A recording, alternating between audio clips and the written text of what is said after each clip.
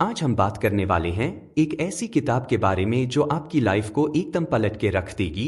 As a man thinketh, James Allen की यह किताब जो सिर्फ 70 पेज की है, लेकिन इसमें जो ज्ञान भरा है वो किसी समुंदर से कम नहीं। मुंबई की भागदौड़ भरी जिंदगी में जहां हर कोई सफलता की सीढ़ियां चढ़ने में लगा है, यह किताब बताती है कि असली सफलता हमारे दिमाग से शुरू होती है। जैसे वड़ा पाव में मसाला ही उसका असली स्वाद होता है, वैसे ही हमारे विचार ही हमारी जिंदगी का असली मसाला है।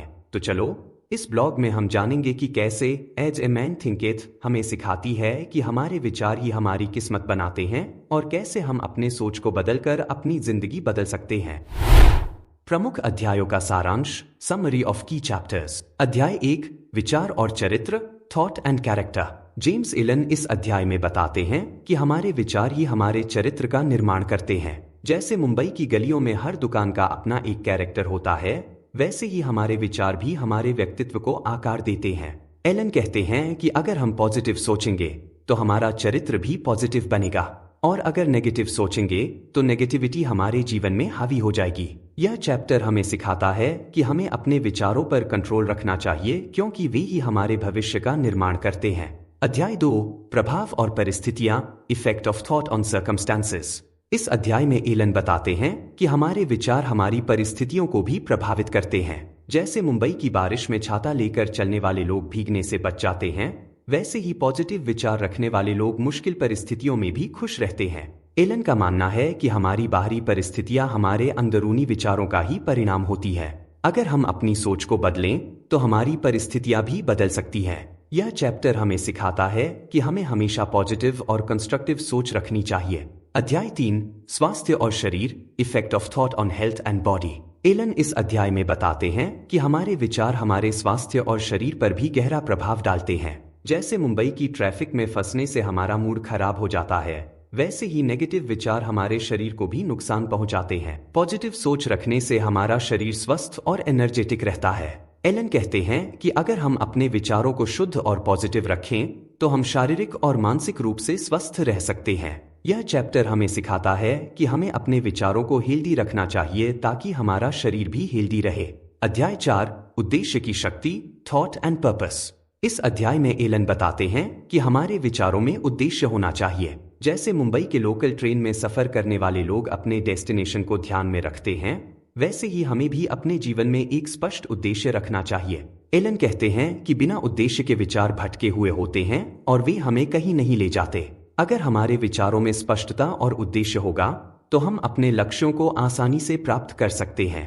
यह चैप्टर हमें सिखाता है कि हमें अपने विचारों को उद्देश्यपूर्ण बनाना चाहिए। अध्याय 5, आदर्श और महत्वाकांक्षा, the thought factor in achievement. Allen इस अध्याय में बताते हैं कि हमारे विचार हमारी महत्वाकांक्षाओं और आदर्शों को भी प्रभावित करते हैं। जैसे मुंबई के डिब्बा वाले अपने काम में परफेक्शन लाते हैं, वैसे ही हमें भी अपने विचारों में परफेक्शन लाना चाहिए। एलन कहते हैं कि अगर हम बड़े आदर्श और महत्वाकांक्षाएं रखेंगे तो हमारे विचार भी उसी दिशा में काम करेंगे। यह चैप्टर हमें सिखाता है कि हमें अपने विचारों को ऊंचे आदर्शों और महत्वाकांक्षाओं से भरना चाहिए ताकि हम अपने जीवन में बड़ी उपलब्धियां हासिल कर सकें।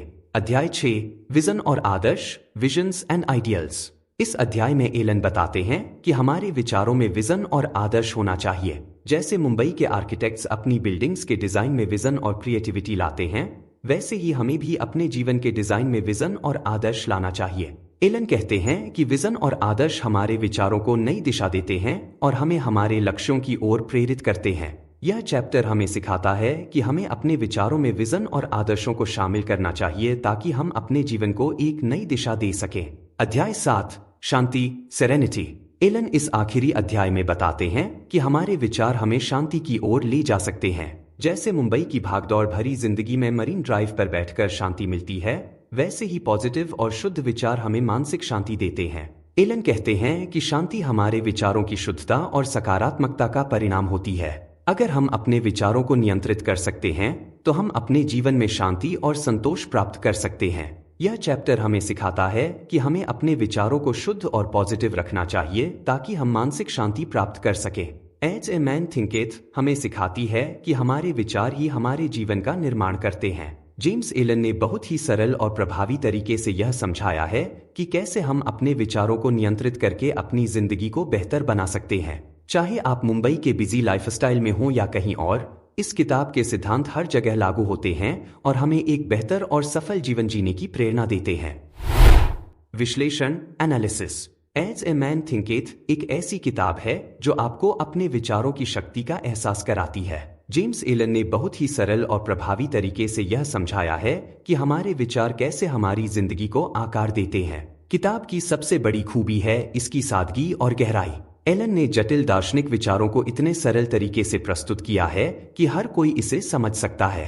मुंबई जैसे फास्ट पेस्ड शहर में, जहां लोग अक्सर बाहरी सफलता की दौड़ में अपने मानसिक शांति को भूल जाते हैं, यह किताब एक ताज़ी हवा की तरह है। यह हमें याद दिलाती है कि असली सफलता और खुशी हमारे अंदर से शुरू होती है। कुछ लोगों को लग सकता है कि किताब कुछ ज्यादा ही आदर्शवादी है। आज के मटीरियलिस्टिक युग में सिर्फ सोच बदलने से सब कुछ बदल जाएगा, यह विचार थोड़ा अव्यावहारिक लग सकता है। फिर भी अगर हम इसके कोर मैसेज को समझें और अपनाएं, तो यह हमारी जिंदगी में सकारात्मक बदलाव ला सकती है। एज ए मैन थिंकेथ एक ऐसी किताब है जो आपको अपने विचारों पर ध्यान देने और उन्हें सकारात्मक दिशा में मोड़ने के लिए प्रेरित करती है। चाहे आप एक स्टूडेंट हों, प्रोफेशनल हों या गृहिणी, इस किताब के सिद्धांत हर किसी के लिए उपयोगी हैं और जीवन को बेहतर बनाने में मदद कर सकते हैं। निष्कर्ष conclusion. As a man thinketh एक ऐसी किताब है जो आपकी जिंदगी का गेम चेंजर बन सकती है। जैसे मुंबई की चाय में अदरक और इलायची डालने से उसका स्वाद बदल जाता है, वैसे ही अपने विचारों में थोड़ा बदलाव लाकर आप अपनी पूरी जिंदगी बदल सकते हैं। याद रखिए, आपके विचार ही आपकी किस्मत के आर्किटेक्ट हैं। तो अपने दिमाग के इस शक्तिशाली टूल का इस्तेमाल सही तरीके से करें। पॉजिटिव सोचें, बड़े सपने देखें और अपने विचारों को अपनी सफलता का सीढ़ी बनाएं, क्योंकि जैसा आप सोचेंगे वैसा ही आप बनेंगे। तो फ्रेंड्स, आज की बुक रिव्यू आपको कैसी लगी कमेंट करके जरूर बताएं, और आपको कोई बुक समरी सुननी है तो हमें जरूर बताएं। रिव्यू एंड तक सुनने के लिए आपका धन्यवाद। ऐसे ही ढेर सारी बुक रिव्यूज आप dybooks.in पर भी पढ़ सकते हो। मिलते हैं अगली बुक रिव्यू में।